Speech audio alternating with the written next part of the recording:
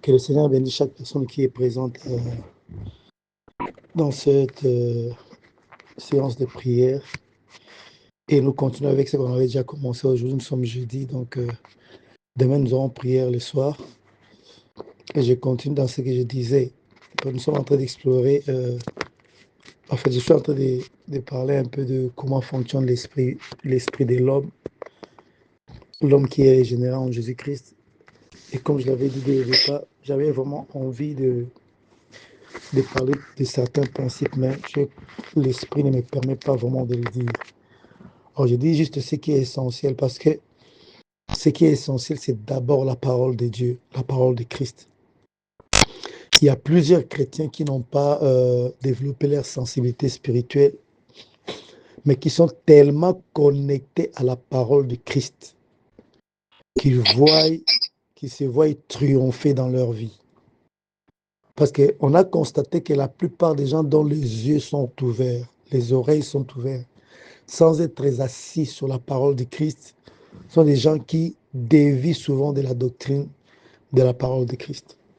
Parce que le monde spirituel est un monde complexe. Il y a trop de choses là dans le monde spirituel.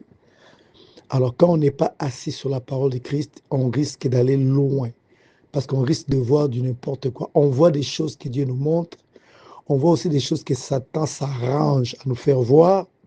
Et des fois, ce sont nos esprits seuls qui voient sans que Dieu puisse montrer. Mais dans tout cela, il faut que chaque personne qui voit les choses dans le monde spirituel puisse avoir le réflexe de soumettre ça à la parole de Christ. Le réflexe de demander à Dieu. Je l'avais dit la fois passée, la plupart des prophètes ont tapé à côté simplement parce qu'ils ne savaient pas que ce qu'ils ont vu là, ce n'était pas Dieu qui leur montrait. C'était leurs yeux ou soit leurs oreilles qui percevaient ces choses-là. Or, dans le monde spirituel, plusieurs personnes agissent. Il y a Dieu qui a agi, qui a déjà agi et qui continue d'agir encore jusqu'à aujourd'hui, parce que le Seigneur a dit, mon Père agit, moi aussi j'agis. Il fit un moment où quand il a créé toutes choses, il s'est reposé de ses œuvres. Mais quand l'homme a péché, il a remis ses gants et il a recommencé à travailler pour ramener l'homme au salut. Donc Dieu a brisé son repos à cause de la chute de l'homme. En cela, nous voyons l'importance que l'homme a aux yeux de Dieu. Il s'est permis de briser son repos pour retravailler, en envie de ramener l'homme à la position initiale. Parce que Dieu ne change pas. La manière dont il voit les choses ne change pas. Il veut que toutes les choses soient au point. Voilà pourquoi l'apôtre Paul dit quelque part, je crois dans Philippiens, celui qui a commencé en vous cette œuvre du salut la rendra parfaite pour le jour de Jésus-Christ. La perfection d'origine doit être la perfection de la fin. La volonté parfaite est composée de deux volontés, au fait, ce que nous disons en théologie. Il y a la volonté originelle et la volonté finale. La volonté originelle est confondue à la volonté finale. Pourquoi volonté originelle et volonté finale? Parce que la volonté originelle a été quelque part déviée quand l'homme a chuté. Ce que Dieu avait prévu pour l'homme, ce n'est pas ce que l'homme vit aujourd'hui. L'homme que Dieu avait créé ne vivait pas comme nous vivons aujourd'hui. Il y a eu une vie avant la chute et il y a eu une vie après la chute. Après la chute, l'homme ne vit pas exactement ce que Dieu avait prévu. Parce qu'avant la chute, Adam et Ève vivaient une vie qui reflétait la gloire de Dieu. Ils n'étaient pas soumis à la punition qui est tombée après leur chute. Parce qu'après leur chute, les paroles ont été libérées qui ont conditionné leur vie à la mort, qui ont conditionné leur vie à la souffrance. L'homme qui travaillait en libérant la parole, l'homme qui employait sa parole comme, comme l'instrument qui lui permet d'avoir toutes choses, accès à toutes choses, était maintenant désormais puni à travailler en utilisant son effort physique. Et la terre a été maudite à cause de lui. Et la terre lui a produit des épines. Donc la réussite est devenue difficile simplement parce que le péché a modifié les choses. Le péché a modifié l'état réel de l'homme à l'origine. Et Dieu, par conséquent, vient aussi libérer des paroles qui changent le contexte de vie, qui changent les paramètres qui devaient régir la vie de l'homme.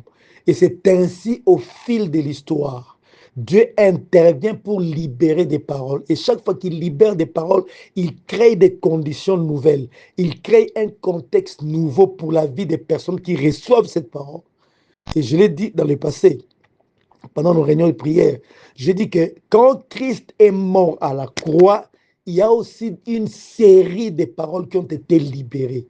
Et quand nous examinons la Bible, nous trouvons que ces paroles sont encore plus puissantes qu'avant. En fait, sont encore plus parfaites qu'avant. Pourquoi? Parce que Dieu nous a positionnés mieux que la position qu'il avait accordée à Adam et Ève à l'origine. Adam et Ève n'étaient qu'esprit, âme et corps. Mais toi et moi, nous sommes régénérés en esprit quand le Saint-Esprit, donc Dieu, Jésus-Christ, est venu habiter en nous. Nos esprits qui étaient morts ont été revivifiés, ont été régénérés. Donc nous sommes devenus complets, esprit, âme et corps, mais avec quelque chose de plus. Le Saint-Esprit qui n'a jamais habité Adam, le Saint-Esprit est venu habiter en nous. Adam qui ne vivait qu'avec la vie naturelle que Dieu lui a donnée, mais nous avons la vie éternelle qui est venue s'installer à nous.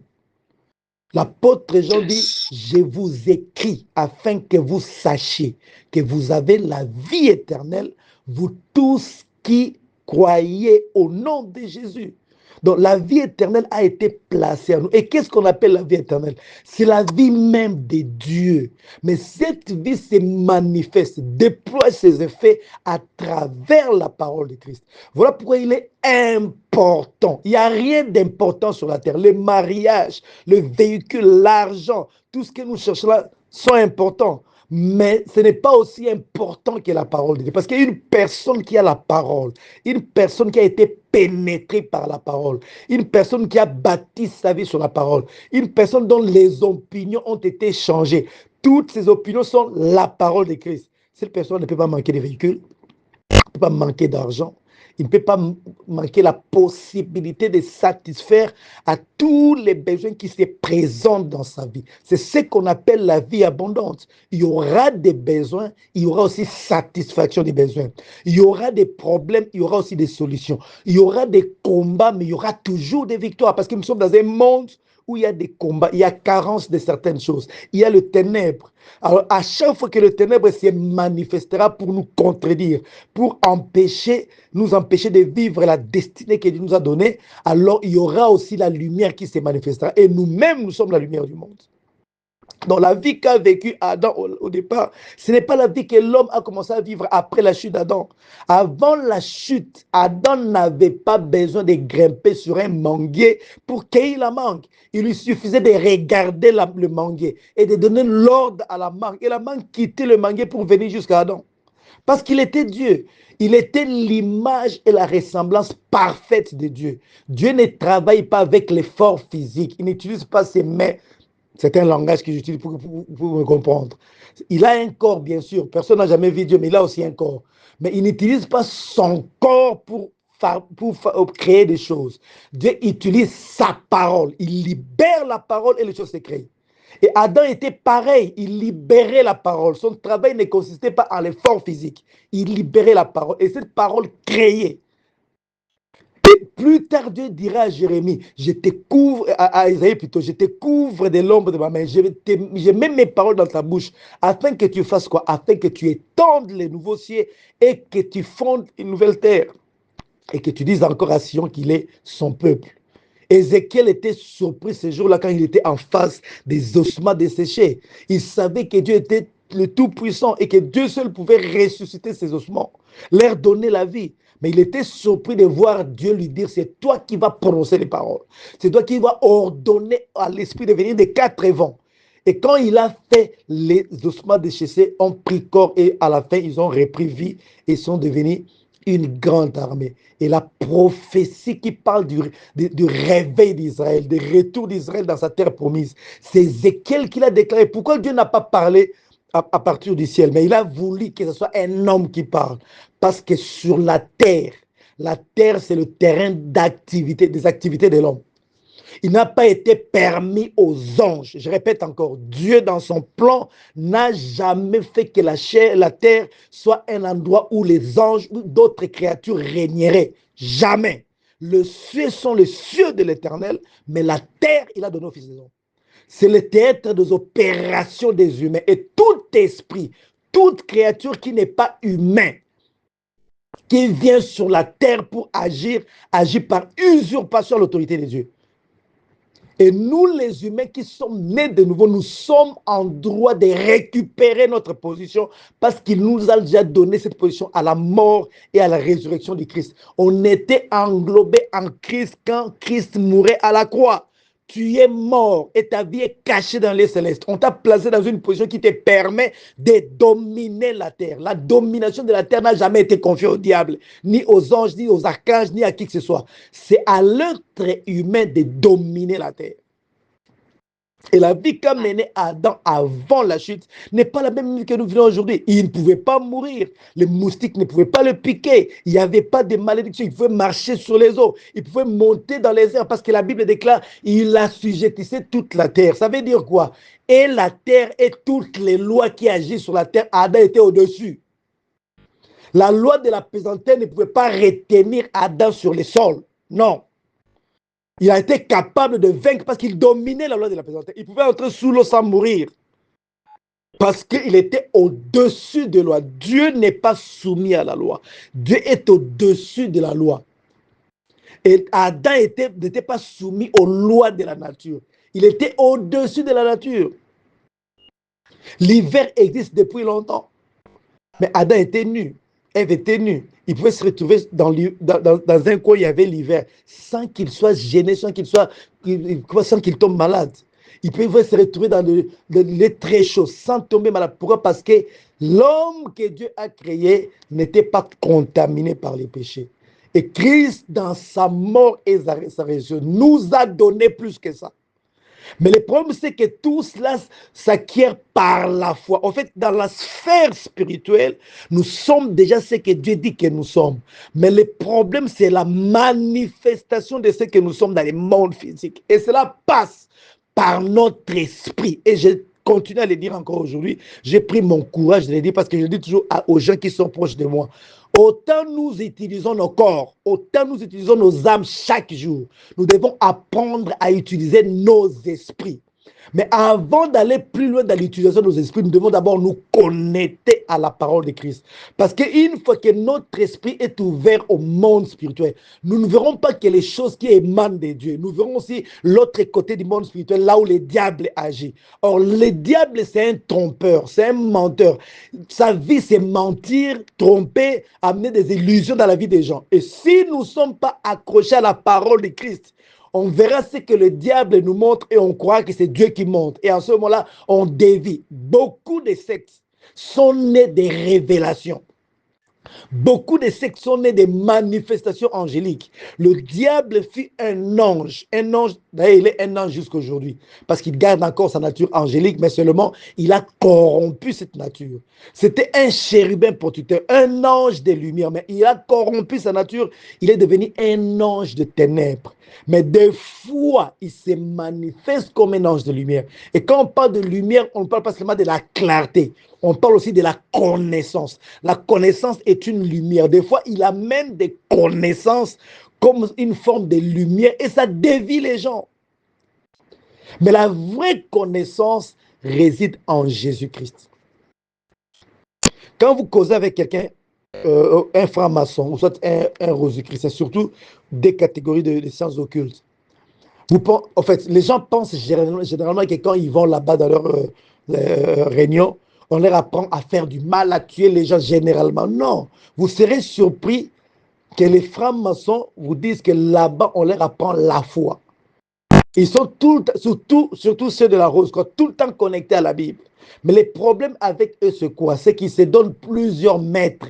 Pour eux, Jésus ne suffit pas. Il y a plusieurs maîtres, il faut suivre la voie de ce maître. Pour eux, Jésus n'est que l'un de maîtres. Et ce qui est encore bizarre, ils reconnaissent la suprématie de Jésus, mais ils ne veulent pas suivre Jésus. Ils veulent suivre plusieurs maîtres. Et en cela, ils sont allés loin. Mais nous croyons en Jésus lui seul, parce qu'entre Dieu et les hommes, il n'y a qu'un seul médiateur. Il s'appelle Jésus-Christ. Personne ne peut aller au Père sans passer par le chemin que le Père lui-même a tracé. Ce chemin, c'est Jésus. Il n'y a pas plusieurs maîtres, il n'y a qu'un seul maître qui s'appelle Jésus. Et voilà pourquoi nous ne sommes pas intéressés par leurs livres et leurs théories. Parce qu'ils puisent le principe dans la Bible et ils ajoutent les théories de certains autres maîtres. Et quand vous êtes intelligent, vous allez là-bas, vous risquez de vous perdre parce qu'il y a plusieurs lumières. Vous verrez que les connaissances qu'ils dispensent là-bas sont les connaissances de lumière que le diable envoie. Et des fois, ces lumières-là sont semblables à la lumière de la parole de Dieu. En réalité, ce n'est pas la lumière de la parole de Dieu. Vous savez que Jésus-Christ est appelé l'étoile brillante du matin. Vous le savez, non? Que Christ, l'un de ses noms, de ses titres, c'est l'étoile brillante du matin. C'est la même chose avec Lucifer. Lucifer veut dire l'étoile brillante du matin. Vous vous rendez compte? Parce que quand il faut parler en termes angéliques, Gabriel représente le Saint-Esprit, Lucifer représentait Jésus et Michael représentait le Père. Vous vous rendez compte? Et vous verrez, Satan vient combattre. En fait, Christ est venu écraser Satan parce que Satan, en fait, il a quitté la position qu'on lui a donnée sur le plan angélique pour vouloir prendre la place de Dieu ici sur la terre, depuis le ciel et puis sur la terre. Et la personne qui peut, dans la divinité, la personne qui peut mieux écraser Satan. Parce que Satan essaie un peu de se manifester comme Christ. C'est Christ qui devait l'écraser. Et il communique aussi sa lumière, sa fausse lumière. Mais la vraie lumière, c'est Yeshua HaMashiach. Peu importe ce qu'on peut m'enseigner, si ça ne cadre pas avec ce que Jésus a dit, je rejette, peu importe la beauté, même si cette théorie me conduit à un miracle, à un bien-être, je refuse cela parce qu'il y a un piège. Voilà pourquoi je dis toujours aux gens, tout bon message sur la repentance, tout bon message sur la sanctification, sur la prospérité, sur la délivrance, sur n'importe quel thème de la Bible, si ce message-là n'a pas comme soubassement la personne de Jésus-Christ et l'œuvre qu'il a accomplie, rejetez ces messages, c'est de la tromperie, c'est une fausse lumière. La lumière, c'est Jésus, tout part de Jésus. En ce qui concerne toutes les promesses de Dieu, c'est en Christ qu'il y a le oui de Dieu. Et nous, si nous disons Amen, non pas parce que nous nous accrochons à notre lumière, parce que nous voyons Jésus. Ils étaient sur la montagne. Christ s'est transféré. Deux personnalités, parmi les grandes personnalités spirituelles d'Israël, sont apparues. Moïse et Élie. La particularité, c'est que Moïse a jeûné 40 jours. Élie a jeûné 40 jours. Jésus aussi a jeûné 40 jours. La particularité, c'est que Élie a ramené un réveil spirituel sans précédent dans l'histoire d'Israël pendant qu'Israël était tombé dans l'apostasie à cause de Jézabel. La particularité de Moïse, c'est que lui aussi, il a amené un réveil parce qu'ils étaient en Égypte, ils ne connaissaient pas Dieu. C'est Moïse qui vient leur révéler Dieu. Il amène un réveil. Et Christ vient amener un réveil mondial. Mais ce jour-là, quand Pierre a osé dire, on va dresser 3 tentes, Dieu a fait disparaître Moïse et Élie du coup. Et une voix se fit entendre. C'est lui-ci, pas eux. C'est lui-ci que tu vois là, Jésus qui est resté là. Il est mon fils bien-aimé en qui j'ai mis toute mon affection. Écoutez-le. Lui, il n'y a que lui qui peut écouter. Prenez compte. Parce que quand on suit Moïse, Moïse a introduit beaucoup de choses qui n'étaient pas conformes à la volonté de Dieu. Et Christ est venu effacer ces choses. Qui a établi la loi, la parole de Dieu comme la loi? C'est Moïse. Qui a empêché les gens d'entrer dans les salles de saints? C'est Moïse. Qui a empêché aux femmes d'hériter? C'est Moïse. Et à chaque fois, Dieu le contredisait quand il y avait un problème qui surgissait. Qui a dit aux gens, œil pour œil, dent pour dent? C'est Moïse. Il n'a fait que copier les codes d'Hammurabi parce qu'il a vécu à cette époque-là. Et moi, je m'étonne aujourd'hui les pasteurs qui sont allés à l'université, qui ont étudié, n'arrivent pas à détecter cela. Moïse a habité ces secteurs-là. À l'époque, selon l'histoire, les codes d'Hammurabi étaient partagés dans presque toutes ces contrées-là. Et Moïse étant législateur n'a pris que ça. Et comme Christ vient dire, il vous a été dit œil pour œil, dent pour dent. Mais moi, je vous dis que si quelqu'un te frappe à la joue gauche, présente lui aussi la joue droite. Christ efface les choses que Moïse a introduites qui n'étaient pas conformes à la volonté de Dieu. Moïse permet aux gens de divorcer. Et on pose la question au Seigneur, est-il permis à un homme de répudier sa femme pour un motif quelconque? Le Seigneur dit au commencement, Dieu créa l'homme et la terre, l'homme et la femme. C'est pourquoi l'homme quittera son père et sa mère, s'attachera à sa femme et les deux deviendront une seule chair. Il n'était pas satisfait parce qu'en quelque sorte, il leur a dit, il n'y a pas de divorce. Alors il pose une sous-question. Pourquoi Moïse a-t-il permis que nous répudions alors nos femmes? Il répond clairement, c'est à cause de la dureté de votre cœur. Mais au commencement, il n'en était pas ainsi. Ça, ce n'est pas la pensée de Moïse qui l'a introduite. Vous vous rendez compte? Parce que Dieu est dans la perfection. Vous vous rendez compte? Alors, Christ est la seule personne. Et quand on n'est pas connecté à Christ, on a l'esprit ouvert. On risque de voir des choses effrayantes. Et il y a aussi des choses que les diables montrent. Il y a aussi des choses que nos yeux ou bien notre sensibilité spirituelle capte. Et on risque d'entrer dans la confusion. Les bonnes personnes qui se sont servies du prophétique à bon escient sont des personnes qui sont d'abord assises sur Christ.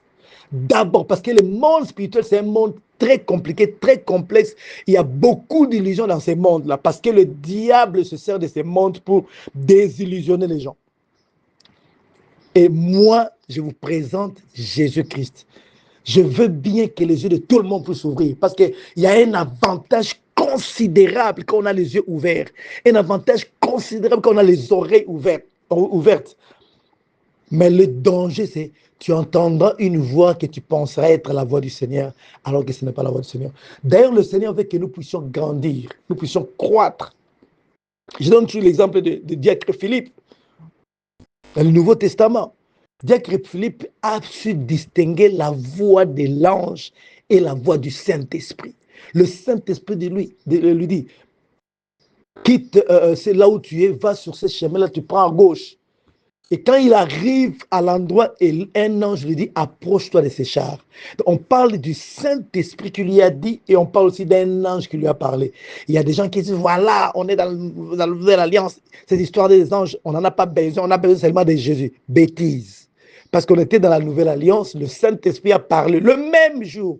En l'espace de quelques minutes seulement, le Saint-Esprit lui a parlé, et puis un ange est venu lui dire. Ça se trouve dans Actes chapitre 8. Lisez l'histoire. Donc, jusqu'aujourd'hui, les anges continuent à parler. Mais des fois, on n'a pas idée. Beaucoup de gens ont entendu le voix des anges, mais ils ont pensé que c'était Dieu qui a parlé. Vous voyez? Alors, Dieu veut que nous puissions avoir le discernement. Quand nous écoutons, quand nous percevons les bonnes spirituelles, que nous avons aussi la capacité de comprendre que ça, c'est un ange qui a été envoyé. Et ça, c'est le Saint-Esprit lui-même qui parle. Moi, je préfère le Saint-Esprit aux anges. Bien que je ne peux pas empêcher Dieu de m'envoyer un ange. Mais je préfère le Saint-Esprit parce que le Saint-Esprit est supérieur. Moïse a dit à Dieu, nous n'irons pas seuls. Quand Dieu leur a dit, partez avec mon ange, il dit, non, non, non, nous, on ne part pas avec ton ange. Si tu ne nous accompagnes pas, on ne part pas. Parce qu'il connaissait l'importance de Dieu. Alors, cette distinction-là te donne un avantage. Si tu sais discerner à partir de la parole de Christ, alors Dieu va encore t'ouvrir la clarté des choses, afin que tu voies. Parce que voir et entendre, c'est deux choses différentes. Voir et sentir, c'est deux choses différentes. Quelqu'un qui voit, perçoit mieux que quelqu'un qui entend. Dès qu'entendre a aussi sa place. La vision affecte mieux que les paroles qu'on écoute. Quand tu es face à une lumière, ça t'affecte. C'est difficile que tu oublies cela. Et Dieu veut que nous puissions entendre et que nous puissions voir. Et je vous informe, la promesse que le Saint-Esprit viendra et sera sur toute chair qui est née de nouveau en Jésus-Christ. C'est une promesse qui fait de nous tous des êtres prophétiques, c'est-à-dire capables de percevoir les mondes spirituels. Ne me dis pas que moi je ne vois rien, tu es capable de voir. Si tu es seulement né de nouveau en Jésus-Christ, tu es capable de voir les choses dans le monde spirituel. Tu es capable de naviguer, d'utiliser ton esprit. Parce que le Saint-Esprit est venu réveiller ton esprit pour qu'il ne reste pas mort, mais pour qu'il soit en activité. Et le Saint-Esprit habite ton esprit. Il infuse la vie de Christ à ton esprit pour que ton esprit soit en activité. Tu es capable, je te dis, tu es capable de voir les choses. Ce n'est pas un apanage ou bien quelque chose qui est réservé à une catégorie de personnes. Vous recevrez une puissance, le Saint-Esprit survenant sur vous. Est-ce qu'on a dit que le Saint-Esprit surviendra seulement sur les apôtres et les prophètes? Non, sur toute chair qui est née de nouveau en Jésus-Christ. Et vous serez mes témoins. Vous serez mes témoins avec tout ce qui accompagne les témoins. Signes, prodiges, miracles, prophétie, révélation. On sera tous capables de prophétiser, bien qu'on ne sera tous pas prophètes de ministère. Il y a ceux qui sont réservés à être prophètes, mais moi aussi je peux prophétiser sans que je sois prophète.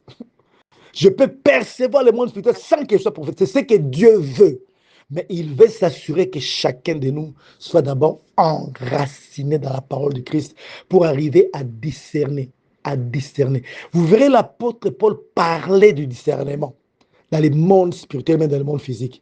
Mais il n'a pas lié le discernement avec ce que nous connaissons habituellement, parce que les gens pensent que non, les noms de discerner, c'est quoi? Tu commences à réfléchir sur les choses. Non. Il y a un esprit qui vient te toucher, puis tu commences à discerner. Non. L'apôtre Paul dit ceci.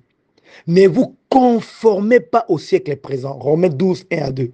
Mais soyez transformés par les renouvellements de l'intelligence. Puis il ajoute, afin de discerner.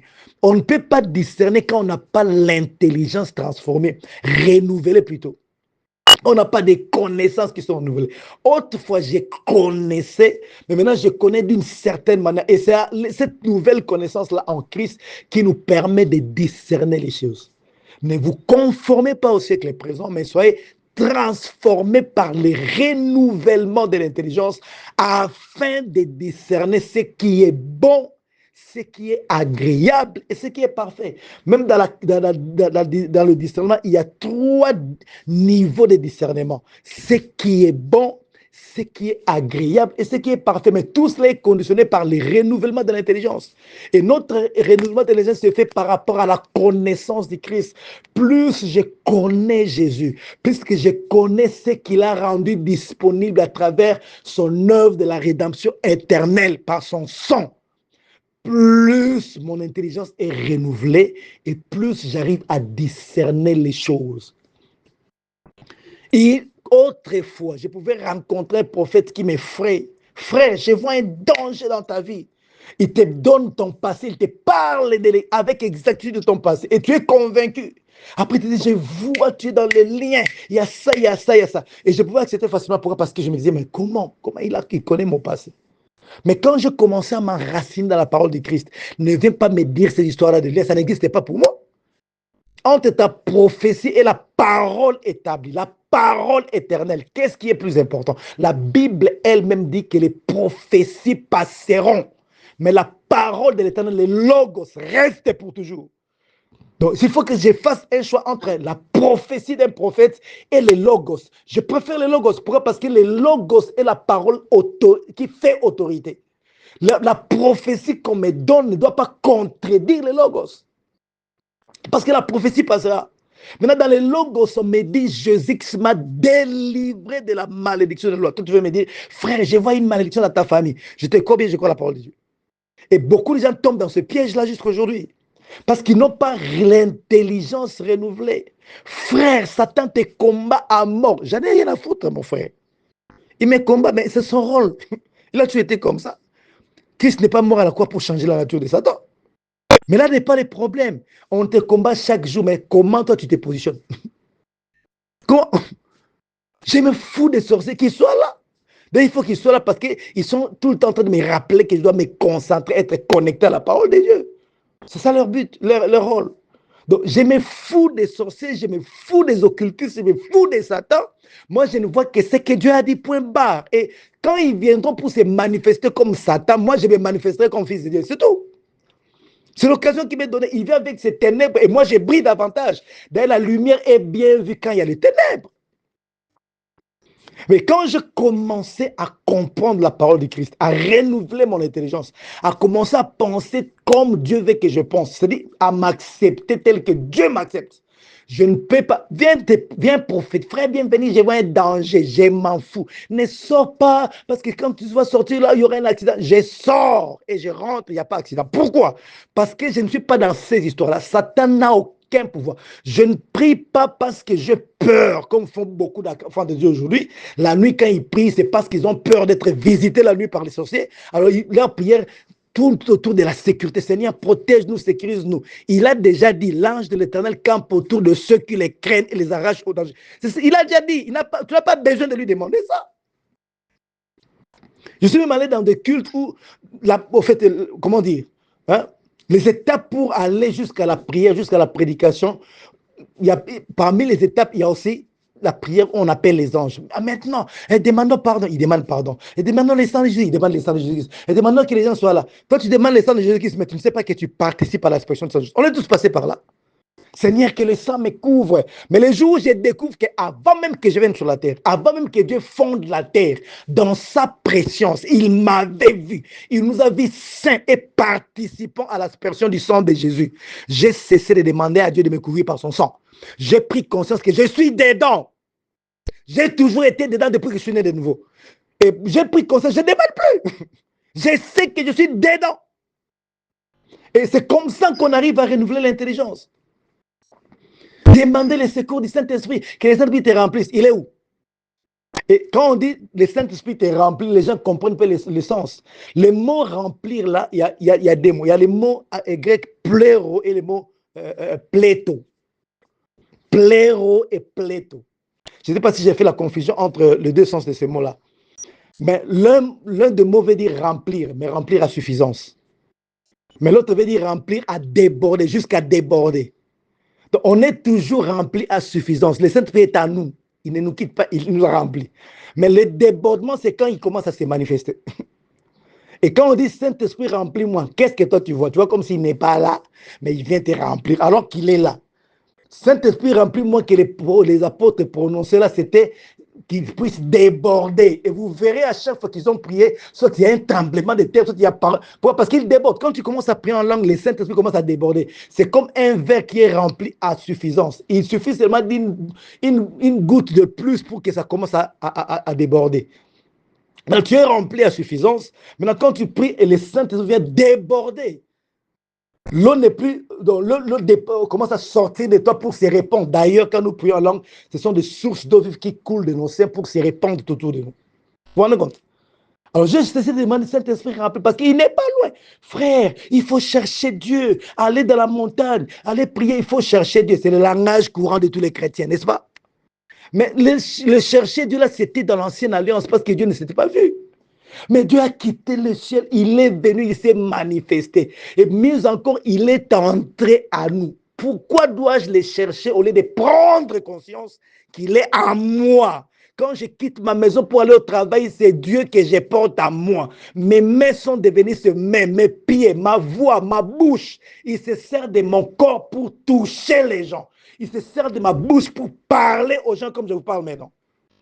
Au lieu de nous amener à prendre conscience des réalités que Dieu a établies, mais on nous demande toujours de demander à Dieu de nous donner ce qu'il nous a déjà donné.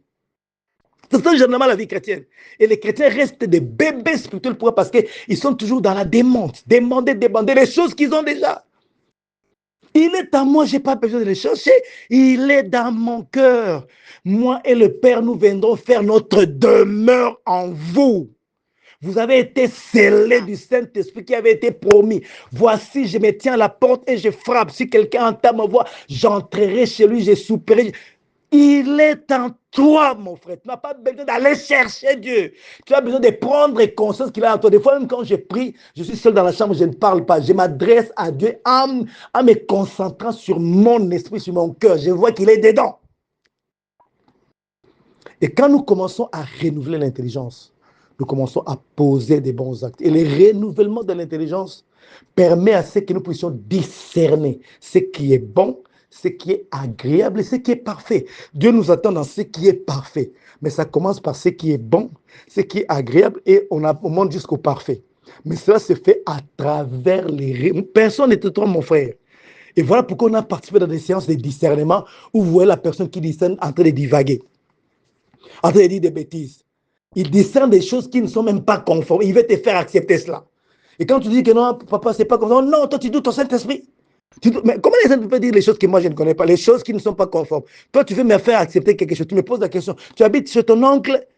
Moi, je n'habite pas chez mon oncle. Mais dans les songes, là, j'ai discerné. Laisse-moi m'a dit que tu habites chez... Je n'habite pas chez mon oncle, j'habite chez moi. Non, tu habites chez ton oncle. Tu doutes ton Saint-Esprit. Comment tu peux dire des choses pareilles? Parce qu'ils n'ont pas compris comment fonctionne le discernement. Tout, c'est la parole de Christ. La puissance, c'est la parole de Christ. L'autorité, c'est la parole de Christ. La vie déployée, c'est la parole de Christ. Le discernement, c'est la parole de Christ. Et la perception spirituelle doit être connectée, façonnée par la parole de Christ. Frère bienvenu, tel que tu es là, le Seigneur m'a montré qu'il y aura telle chose qui va arriver. Je te pose la question, ça va arriver par rapport à quoi? Oh non, les péchés de tes ascendants, les péchés de mes ascendants. Mais vous lisez quelle Bible? Dieu a dit, je ne me souviendrai ni de vos péchés, ni de vos iniquités. La malédiction de la 4e génération a été brisée même à l'époque de la loi. On est encore avec Ézéchiel. Dieu se fâche pour dire, pourquoi vous avez créé cet adage en Israël? Que les parents ont mangé le fruit vert et les dents des enfants en ont été agacées. Je change cet adage. Désormais, l'âme qui pêche, c'est celle qui mourra. C'est depuis l'ancienne alliance. Christ n'était pas encore venu. L'âme qui pêche, celle qui mourra. Désormais, un père qui commet le péché, ses péchés ne descendent pas sur ses enfants. Ses enfants marchent dans la droiture. C'est ce que la Bible a dit. Chacun paiera pour ses propres péchés. Cette histoire de la malédiction de la 4e génération, Dieu l'a brisée depuis l'ancienne alliance, avant même que Christ vienne. Mais c'est ce qui est en vogue encore aujourd'hui, surtout dans les ministères de combat spirituel. Frère, il y a une malédiction de la 4e génération, il y a des hôtels. Quel est cet hôtel qui crie mieux que l'étoile de la croix? Je pose la question. Tu me dis qu'il y a un sang qui me réclame. L'hôtel, quel est cet hôtel qui est plus fort que l'étoile de la croix de Jésus? Et nous sommes dans l'hôtel de la croix. Quel est ce sang-là qui a été versé par mes ascendants pour conclure des alliances avec Satan qui soit supérieur au sang de Jésus? Je n'en trouve aucun, mon frère. Il n'y en a pas, ça n'existait pas. Et tout cela, c'est de l'illusion. Ils vont nous tromper afin. Il y en a qui n'ont pas la connaissance, ils continuent à répercuter les choses qu'ils ne connaissent pas. Il n'y a aucun sang qui soit supérieur, puissant que le sang de Jésus. Il n'y a aucun autel qui te réclame mieux que l'autel de sang de Jésus. Et la Bible déclare le sang de Jésus qui se réclame, le sang de Jésus qui parle. Mais ce sang-là de l'alliance-là que mon grand-père a accompli, est-il supérieur, puissant, plus que le sang de Jésus? C'est la question à se poser. Si c'est non, alors je m'en fous de tout ce qu'ils disent là. Moi, je m'accroche à ce que Dieu a dit. Ma vie est lavée par le sang de Jésus. Et c'est là qui a fait que je sois devant Dieu saint, irrépréhensible et sans reproche. Ma vie est connectée à l'autel de la croix. Alors, ne me dites pas ce genre de choses. Autrefois, j'acceptais, mais quand j'ai compris, il n'y a personne qui m'a délivré. Je me suis auto-délivré par la connaissance. Vous connaissez la vérité. Et la vérité vous affranchira. Je n'accepte pas ce genre de choses. Et ça ne m'arrive pas. Ça ne m'arrive pas. Les gens qui me connaissent savent que quand j'arrive quelque part, on me dit, vous voyez, ici, il y a trop de sorciers, il faut prier. Je ne prie pas. Parce que moi, je ne prie pas parce que j'ai peur des sorciers. Non, je prie pour adorer mon Père. Oh, frère, bienvenue. Il faut manger, il faut prier. Je ne prie pas. Et puis, quand mon père dit, je vais voir ce que ça va me faire. Je ne prie pas. Parce que le problème, ce n'est pas prier. Le problème, c'est avoir conscience. Vous priez beaucoup et vous obtenez peu parce que vous priez mal. Mais Christ dit ceci, mon peuple est détruit parce qu'il manque la connaissance. Il est mieux d'avoir la connaissance. Une connaissance qui se transforme en conscience. Que trop prier. Que trop prier. Et prier mieux, se prier en fonction de ce qui a été déclaré par Dieu. Et quand on n'est pas assis dans la connaissance de Christ, on va aller loin. Tu vois des choses, tu as de confusion. Moi, j'ai eu beaucoup de confusion. Je me rappelle encore la première fois où j'ai vu un ange de mes propres yeux. Je n'ai pas vu avec les yeux spirituels, parce que des fois, je vois comme ça, je perçois dans le monde spirituel. Mais je vois vraiment un ange comme ça. J'ai commencé d'abord par commencer à sentir des sensations. J'étais en pleine prière. C'était le jour où, en fait, c'était pendant la saison de pluie, je crois. Il faisait chaud ces jours-là. J'étais au salon, j'ai prié chez un frère qui est le témoin de mon mariage. Il n'y avait personne, ni sa femme, ni lui-même. Moi, j'étais dans son salon et je priais. Sa femme était allée à l'hôpital, elle devait rentrer le soir parce qu'elle devait passer chez sa maman. Et puis, le frère aussi est allé au boulot. Et je suis resté chez eux à la maison. Et pendant que je priais en langue, j'ai senti la présence de Dieu. Une joie intense. Les gens de prière où tu n'as pas envie d'arrêter, tu veux continuer toujours parce que tellement tu es dans la joie, tu es dans la paix. Et je priais. Du coup, je sens encore une autre présence qui arrive. Ce n'était pas une présence maléfique, mais c'était une présence qui m'effrayait. Dans mon esprit, j'ai commencé à paniquer. Et j'ai commencé à me poser la question, oh, mais je suis en pleine présence de Dieu. Comment je peux paniquer comme ça? J'ai senti comme une panique. Après, j'ai entendu comme si quelqu'un me dit, regarde en arrière. Et quand j'ai tourné ma tête pour regarder en arrière, je vis un ange avec une épée flamboyante. Une épée nue, flamboyante. J'ai commencé à parler. Je ne sais pas ce qui m'a pris. En fait, c'est indépendamment de ma volonté que j'ai fui, je suis sorti dehors. Mais ce n'était pas une présence maléfique. C'était juste la gloire qu'a mené cet ange-là. Et la puissance qu'il dégageait, mon corps n'a pas pu supporter, mon âme n'a pas pu supporter. C'est-à-dire que mon âme a pris la décision de me faire fouiller d'abord. J'ai fouillé, je suis allé dehors. Après, je me suis dit, mais pourquoi je fouille? Et quand je suis rentré, je le voyais là. Et j'avais plus peur. Parce que de telles expériences, si ton âme n'est pas habituée, tu auras toujours peur. Et quand tu es assis dans la parole, et qu'est-ce qui m'a ramené? Je me dis, oh, mais comment je vais foirer un ange? D'ailleurs, ce n'est pas un ange maléfique. De toutes les façons, je suis supérieur à lui. Moi, je suis fils dans la maison. Lui, il est serviteur. Il est là pour me servir. Les anges ont été créés pour servir Dieu en rendant un ministère auprès de ceux qui héritent du salut. Donc, il est là pour me servir. Pourquoi je dois le faire? Et je suis entré maintenant. Qu'est-ce qui m'a poussé à rentrer dans la maison? C'est la connaissance. Une pensée de la Bible m'a traversé la tête et j'ai réfléchi. Je suis entré. Et il était là après quelques secondes et puis il a disparu. Et la semaine qui a suivi, il y a eu des dégâts dans les quartiers contre les sorciers. Parce que ça faisait longtemps qu'on priait pour ces quartiers, pour qu'il y ait réveil dans ces quartiers. Il n'y avait même pas une église à l'espace de, je crois, d'1 kilomètre dans ce coin-là. On a commencé à intercéder, Seigneur, il faut qu'il y ait réveil dans ces quartiers. On a prié après, une semaine après, les choses commencent à se faire. Nous qui prions seulement seuls à la maison, alors les gens ont commencé à venir. Une maman arrive pour dire, ah, je vous entends prier, est-ce que je peux venir me joindre à vous pour prier avec vous? Ce n'est pas un problème. Et la mère a commencé à venir. Il a amené son mari, après d'autres personnes ont commencé. Et puis aujourd'hui, cette parcelle-là où habitait le frère est devenue une église. Et il y a eu des sorciers qui sont morts en catastrophe. Il y a eu des dégâts. À cette époque-là, il me suffisait seulement de libérer une parole. Quand on me dit que voilà, il y a eu une activité de sorciers, je vais là, je dis, tout sorcier qui est sorti aujourd'hui, je veux qu'il attrape des bibons. Et je précise là où je veux qu'il y ait des bibons. Et je verrai ces gens-là comme signes, des bibons. Et ces gens-là me craignaient à mort. Des vieilles personnes qui s'est prosternées devant moi pour me saluer. Juste après cet événement. Vous vous rendez compte?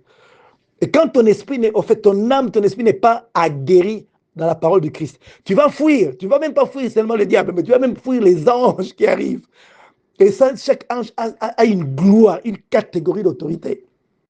Vous vous rendez compte? Quand tu rencontres Michael, tu vois que ça, c'est un guerrier. Quand tu rencontres Gabriel, tu sens l'autorité, mais tu sens que ce n'est pas un guerrier.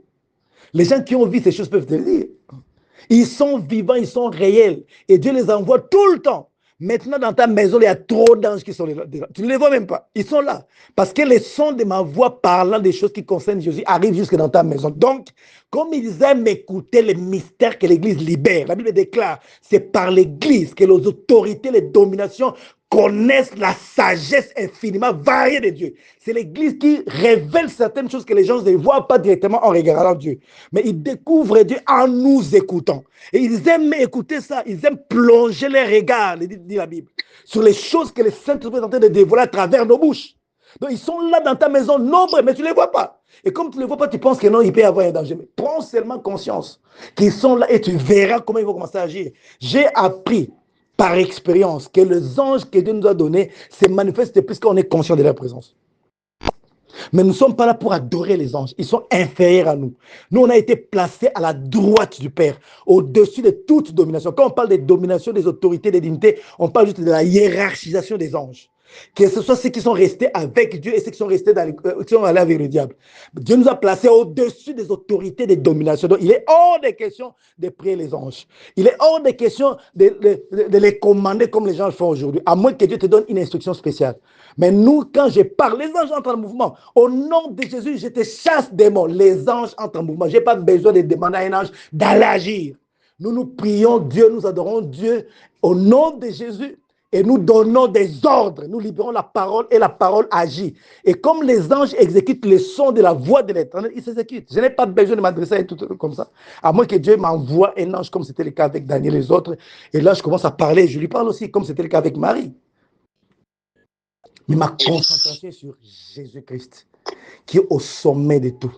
Je conseillerais à chacun de nous de s'acheter, surtout ceux qui sont en Europe, achetez-vous le livre du pasteur Roland Buck. Les anges en mission. Vous serez surpris d'apprendre. D'ailleurs, quand vous commencerez à lire ces livres-là, vous allez commencer à sentir des choses. Et toutes les personnes que je connais qui ont lu ces livres-là ont senti des choses. Vous n'avez pas envie d'arrêter. Et vous voyez l'explication que les anges donnent sur la rédemption. Gabriel explique au pasteur Buck, Roland Buck, pourquoi Christ est mort à la croix. Qu'est-ce qui s'est passé? Les pasteurs étaient bouche bée. Le jour où j'ai lu ça, je dis ça, ce n'est qu'un ange qui peut expliquer ça. Il n'y a que Dieu qui peut parler comme ça pour envoyer un ange. Qui peut envoyer un ange pour parler. Il en parle avec beaucoup de... Et tu vois comment les anges s'immitent. Ils se disent, on ne peut même pas être comparé à Jésus. N'osez même pas. Des fois, nous sommes étonnés de voir les humains, comment ils se foutent de Jésus. Mais vous ne connaissez pas la personne. Et les anges ont révélé Jésus dans une dimension extraordinaire. Cherchez ce livre-là, Les anges à mission du pasteur Olaberg. Et vous verrez. Alors Dieu veut que nous puissions agir dans ces dimensions. Il faut que nos esprits fonctionnent. Mais j'insiste, chacun de nous doit se connecter à la parole de Christ. Vous avez constaté que depuis qu'on a commencé, je reviens toujours sur ça. L'important, c'est la connexion. Et la connexion se fait par la lecture et la méditation. Le Saint-Esprit ne méditera pas à ta place. C'est toi qui dois fournir l'effort. Tu dois te trouver un temps pour s'asseoir et prendre ta Bible et commencer à la lire. Et des fois, commencer à la répéter, à la méditer jusqu'à ce qu'elle fasse partie de toi. Jusqu'à ce que cette parole fusionne avec ta vie. Chacun de nous doit faire ça. Parce que le principe de vie se cache dans la parole de Dieu. Nous sommes dans un monde où les systèmes, le monde, en fait, pour réussir dans la vie, il faut faire partie du système financier qui a été établi. La réussite, en fait, les transactions se font avec l'argent. Mais dans les mondes spirituels, ce n'est pas le cas. Dans les jours où je finis, si Dieu m'aide, j'essaie un peu de vous partager les pensées qu'il m'a données ces jours aussi concernant la vie. Nous avons été conditionnés à voir la vie en fonction de l'argent, à voir la richesse en fonction des possessions. Mais or, Dieu ne voit pas les transactions en fonction de l'argent. Il voit les transactions en fonction de la parole. On va en parler. Mais pour l'instant, j'insiste et j'insiste et j'insiste. La parole, Jésus ou rien. Nous allons dans la confusion. Il y aura des choses qui vont encore se dire. Il y a des choses qui se révèlent. Il y a les églises des Noirs avec un autre frère là qui est décédé, qui s'appelle encore comment Kalala Omotune, je ne sais pas si les gens l'ont suivi. Quand il vous parle comme ça, tellement il était intelligent, il a fait des recherches en dehors de la connaissance de la parole de Dieu, il peut facilement vous convaincre que la Bible c'est de la foutaise. Parce qu'il y a des histoires qui sont racontées dans la Bible qui ont été copiées quelque part. Mais quand vous connaissez la Bible, vous savez que c'est lui qui est ignorant. Il est ignorant pourquoi? Parce qu'il ne sait pas comprendre la pensée qu'il y a dans la Bible. Il ne sait pas comprendre que Dieu s'est révélé à plusieurs nations, à plusieurs personnes, jusqu'à ce qu'il s'est aussi révélé à Israël. Le même Dieu-là n'a pas changé, mais seulement, il a choisi Israël à un certain moment pour garder sa pensée, parce que sa pensée était corrompue dans les autres nations. Il fallait chercher une race. Israël n'a pas mérité, c'était juste une grâce. Maintenant, je vais choisir une nation dans laquelle je vais garder mes points de vue, ma parole, jusqu'à ce que je puisse l'étendre à toutes les nations. Mais quand vous ne comprenez pas ça, vous allez à côté. Et je connais des pasteurs dont la foi a été secouée à cause des enseignements de Kalala Mutunde. Ils se sont posés beaucoup de questions. Alors, puisqu'il y a la confusion qui arrive, nous sommes tous appelés à nous asseoir dans la parole de Christ. Pour qu'on ne vienne pas te dire des théories, te donner une lumière qui est contraire, mais tu ne sais pas la détecter simplement parce que tu n'es pas connecté à Christ. Une personne qui est connectée à la parole de Christ peut facilement détecter la fausse lumière. Est-ce qu'on peut prier? J'ai pris beaucoup de temps, on peut prier. Oh là là, il me reste plus qu'une minute. Alors, on fait comme on a fait hier. Donc, prends seulement ta main. Tu prends ta main droite, tu la poses sur ton poitrine et moi je vais prier. Ok. Prends ta main droite, tu la poses sur ta poitrine et moi je vais prier pour toi. Seigneur, je te bénis parce que tu restes Dieu, le maître des temps des circonstances. Nous, on a fait le choix de demeurer en Jésus. Nous avons fait le choix de demeurer dans ta parole. Il n'y a pas deux, il n'y a pas trois sauveurs. Il n'y a que toi, Jésus, qui est le sauveur. Il y a plusieurs personnes qui portent le nom de Jésus. Mais toutes ces personnes ne sont pas passées à la croix. Toutes ces personnes ne sont pas nées miraculeusement. S'il y en avait deux, trois, on serait peut-être dans la confusion. Mais comme il n'y a qu'une seule personne à qui on a donné le nom de Jésus, et cette personne-là est née miraculeusement, sans accouplement d'un homme et d'une femme. Et cette personne n'a commis aucun péché. Cette personne est montée à la croix. Il est mort, il est ressuscité. Il nous a englobés dans sa mort et il est monté au ciel. Il nous a englobés dans son ascension et il nous a fait asseoir à sa droite. C'est de toi que nous parlons. Nous ne parlons pas des autres Jésus là. Nous ne parlons pas de toutes les personnes là qui portent le nom de Jésus. S'il y en avait seulement deux comme ça, toi comme ça, alors nous dirons que nous sommes dans la confusion. Mais comme il n'y a qu'un seul Jésus, il y a plusieurs Jésus, mais il y a un seul qui est monté à la croix, il y a un seul qui n'a pas commis les péchés, c'est à toi que nous adressons nos prières pour qu'il n'y ait pas de confusion possible. Et c'est toi que nous adorons ce matin. Et c'est de toi que nous parlons. C'est toi qui as les clés de la vie et de la mort. Ta parole ne passera jamais. Ce que tu as établi reste établi à jamais. Tu as vaincu Satan, tu as dépouillé les autorités, les dominations, tu les as livrées publiquement en spectacle. Tu as écrasé les forces des ténèbres et tu as pris tout pouvoir au ciel, sur la terre et sur la terre t'a été donné. Et tu nous as donné ce pouvoir-là, le pouvoir de fermer les choses sur la terre afin qu'elles soient aussi fermées au ciel.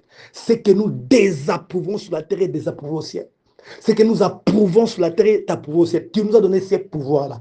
Tout cela à cause du fait que nous avons cru en toi, en ta personne et en l'œuvre que tu as accomplie pour nous sur la croix.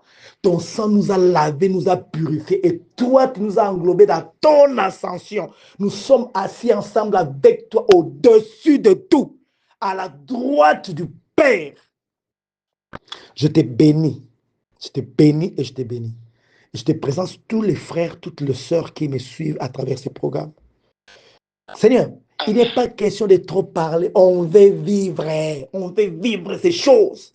Ces choses n'ont pas été dites pour qu'elles soient seulement entendues par les oreilles. Non, ces choses doivent être vécues. Chacun de nous a besoin d'expérimenter Jésus. Tu es venu habiter en nous par les Saintes parce que tu veux reproduire exactement la vie que tu as vécue autrefois. Nous étant incapables de vivre cette vie, tu es venu toi-même la vivre en nous. Il faut que nous tous nous arrivions au point où nous nous disions, ce n'est plus nous qui vivons, mais c'est Christ qui vit en nous. Et si nous vivons par la foi au nom du Fils de Dieu. Ma prière ce matin pour tes frères que tu es venu sauver pour nous tous, c'est ça ma prière ce matin. Ouvre-nous les portes de la spiritualité chrétienne, de la spiritualité en Christ Jésus. Nous ne parlons pas d'autre spiritualité. D'ailleurs, à la fin des temps, il y aura plusieurs montagnes, mais la montagne de la maison de l'Éternel sera fondée au sommet des montagnes. Nous appartenons à la montagne de la maison de Dieu, à Sion. Il faut que notre supériorité se fasse remarquer. Tu as dit quelque part à Ésaïe, je ferai ces choses afin que les gens y voient, constatent, considèrent, comprennent que c'est la main de l'Éternel qui agit. Il est temps que nos esprits soient tellement connectés au Saint-Esprit, alimentés par la parole de Christ, afin que nous puissions mieux les utiliser. Nous sommes en mesure de donner les autres par l'Esprit comme toi tu le faisais, comme l'apôtre Paul le faisait, comme l'apôtre Pierre le faisait. Il y a des années que le diable est venu noircir les choses, obscurcir les choses, afin que les gens n'aient pas la clarté de la lumière venant de Jésus. Mais tu avais promis dans les derniers jours, la connaissance reviendra. Dans les derniers jours, le message christocentrique, ou Christ ou rien, reviendra à l'église. Je n'ai pas besoin d'avoir beaucoup d'onction, Père. Nous n'avons pas besoin d'avoir beaucoup. Nous avons juste besoin de nous enraciner en Jésus-Christ. Nous avons tous besoin d'être revêtus de Jésus-Christ. Et l'onction coulera. On veut être revêtu. On veut atteindre sur le plan naturel la stature parfaite de Christ. C'est ce que nous cherchons. C'est notre but. Nous voulons vivre comme des fils d'adoption sur la terre. Nous puisons directement dans ta provision, sans passer par les intermédiaires. Parce qu'après tout, ceux qui sont nés de nouveau sont maîtres de tout. Nous sommes maîtres de tout et nous devons vivre comme tel. Influencer nos familles, influencer notre environnement, influencer nos nations, influencer notre environnement par la puissance du Saint-Esprit en nous. Aide-nous à coopérer, Saint-Esprit. Aide-nous. Des fois, nous ne savons pas comment faire, comment nous y prendre. Mais toi, tu peux nous aider. C'est comme une maison dont les propriétaires connaissent tous les endroits où il y a des interrupteurs. Il fait noir. Mais il entre dans sa maison. Il sait que si je touche ici, la lumière va s'allumer. Tu connais nos esprits, tu connais nos âmes, tu connais nos corps. C'est ta maison. Tu sais où toucher, Saint-Esprit, pour réveiller quelque chose en nous. Tu sais où toucher pour allumer quelque chose. Saint-Esprit, nous disposons entre tes mains. Amène-nous. Aide-nous seulement à céder devant toi. Aide-nous seulement à céder. Aide-nous à ne pas te résister. Tu es venu pour nous aider et jamais tu échoueras ta mission. Ta mission là, tu la réussiras. Et l'une des clauses de ta mission, c'est que tu viens nous aider. Tu es notre aide. Tu es notre paraclétos. Aide-nous à faire exactement ce que tu attends de nous, afin que nous puissions vivre exactement la vie que tu nous as prédestinée à vivre. Saint-Esprit, je répète encore, aide-nous à penser, à parler, à poser des actes que tu attends de nous, afin que nous puissions reproduire exactement le genre de vie que tu as voulu avant la fondation du monde. Qui est celui qui peut empêcher tes desseins, le dessein que tu as conçu avant la fondation du monde de se manifester? Est-ce le diable? Il est venu largement en retard. Il a trouvé tes projets établis. Toi, tu es l'alpha et l'oméga. Tu n'as ni passé, ni présent, ni futur. Tu vois tout et tu connais tout. Il n'y a rien qui échappe à ton contrôle. Tu habites en nous, Saint-Esprit. Amène dans cette dimension-là. La dimension prophétique de ce temps.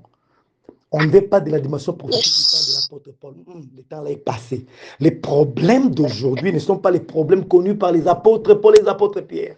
Les contextes d'aujourd'hui, avec la légalisation des mariages gays, avec tout ce qui se passe, il faut une présence manifeste du Saint-Esprit dans une dimension qui correspond à l'époque d'aujourd'hui. Les défis d'aujourd'hui ne sont pas forcément les défis de l'époque. Il faut une manifestation du Saint-Esprit à la hauteur de ce qui se passe aujourd'hui, même supérieure à ce qui se passe aujourd'hui. Il faut que nous voyons les choses clairement, Seigneur. Comment tu amènes l'accomplissement de tes paroles eschatologiques, Seigneur. Comment tu diriges les mondes. Aide-nous à comprendre. La politique telle qu'elle est menée aujourd'hui, aide-nous à comprendre le temps et les circonstances, l'information que nous recevons à travers les mondes. Ça nous annonce des choses, même les informations sur la politique, même sur la science. Tout cela nous conduit vers quelque chose. Mais ouvrez nos yeux, aide-nous à voir, aide-nous à parler, aide-nous à entendre, aide-nous à parler, à poser des actes que tu as prévus, les actes comme tu l'entends, afin que, Seigneur, nous puissions reproduire exactement la vie que tu nous as prédestinée à vivre. Seigneur, je prie pour moi-même, je prie pour tous les frères qui me suivent, toutes les personnes qui vont écouter cet audio, je prie pour les corps de Christ tout entier. Je prie pour nos églises. Les gens qui sont en Occident sont en train de subir des pressions, chaque jour des pressions. On a élaboré des programmes qui n'ont pas tout le temps pour prier. Ils ont toujours tout le temps d'être occupés par le travail, trop fatigués. Aide ces gens-là qui sont dans des conditions extrêmes, afin que malgré les conditions extrêmes, leurs esprits soient toujours connectés à toi. Que la parole de Christ puisse habiter abondamment en eux. Et nous ne manquons pas de ton gloire. La journée d'aujourd'hui, tu l'as créée pour nous, Seigneur. Parce qu'il est écrit, c'est ici la journée que le Seigneur a créée. Elle sera pour nous un sujet de joie, d'allégresse. Donc, je m'attends à ce que nous tous nous soyons dans la joie, dans l'allégresse. Tu nous as renouvelé ta bonté. Donc, il est hors de question que les diables puissent régner quelque part. De toutes les façons, Seigneur, toi-même, tu l'as dit, l'héritage du monde, tu l'as promis à Abraham. Ce monde nous appartient en héritage et nous en faisons ce que nous voulons. Aujourd'hui, nous prospérons. Aujourd'hui, nous allons de l'avant. Aujourd'hui, nous sommes en bonne santé. Aujourd'hui, nous écrasons Satan. Aujourd'hui, nous marchons encore sur la tête. Chaque fois qu'il viendra, nous marcherons sur sa tête. Il nous a été donné d'être ceux qui marchent sur la tête de Satan. Notre position, c'est au-dessus de la tête de Satan. Lui, sa position, c'est de se retrouver sous nos pieds. Donc, ça reste comme ça. Je proclame ça aujourd'hui. Nos enfants sont sécurisés, les membres de nos familles sont sécurisés, nos activités sont sécurisées, nos intérêts sont sécurisés, nos vies sont sécurisées et nous dominons sur lui. Il n'est pas un danger pour nous. Aujourd'hui, nous nous comportons comme des gens qui sont dangereux. Nous sommes un danger permanent pour les œuvres de ténèbres et c'est ce qui doit rester au nom de Jésus. Tu sors de ta maison, tu vis ta vie de manière à être en danger, un danger permanent pour les œuvres de ténèbres. Partout où tu passeras, tu es un danger permanent pour les diables, pour les démons. Au nom de Jésus-Christ, que cette parole pénètre ton esprit, que les paroles prononcées soient gravées dans ton esprit, que tu les rêves, que tu les penses, que tu les rêves à tout moment, que ça vienne sous forme de songes et que ça s'enracine en toi et que tu vives les réalités de qui tu es en Jésus-Christ. Tu es béni au nom puissant de Yeshua HaMashiach. Amen.